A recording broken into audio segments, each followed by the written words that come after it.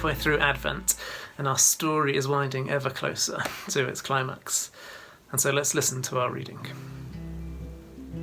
In those days, a decree went out from Emperor Augustus that all the world should be registered. This was the first registration and was taken while Quirinius was governor of Syria.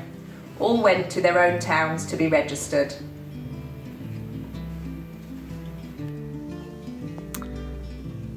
Have you ever heard people say that religion should stay out of politics? Well, if you think that, then I'm afraid you're not going to like this. Caesar Augustus sent out a decree for everyone to go on this census. Who was he? Caesar Augustus was the adopted son of Julius Caesar. And in time he became the one ruler of the entire Roman world. And as he did that, he moved it from the Roman Republic to the Roman Empire. And he placed himself at the head of the empire. As he did that, he proclaimed that he brought justice and peace to the entire world. Not only that, but he proclaimed that his predecessor, his dad, was divine, thereby claiming that he was the Son of God. The poets and the musicians then declared him Saviour, King, and Lord. He was worshipped as some sort of God.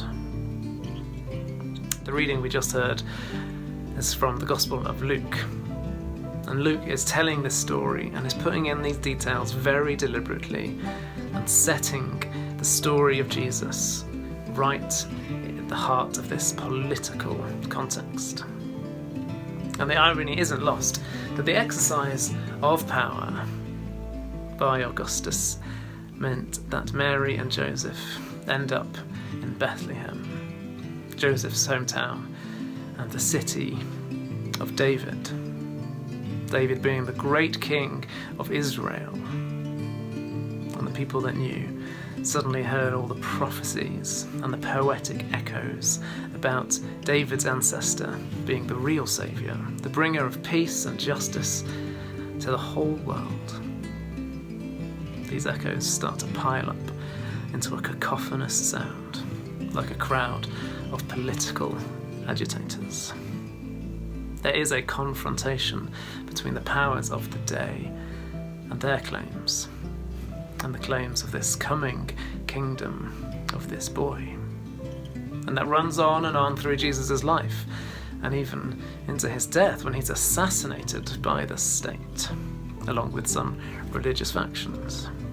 And it runs on today. And so don't let anyone tell you that faith and politics don't mix. Christmas is Jesus being born into a political world of power used poorly, and showing us a new way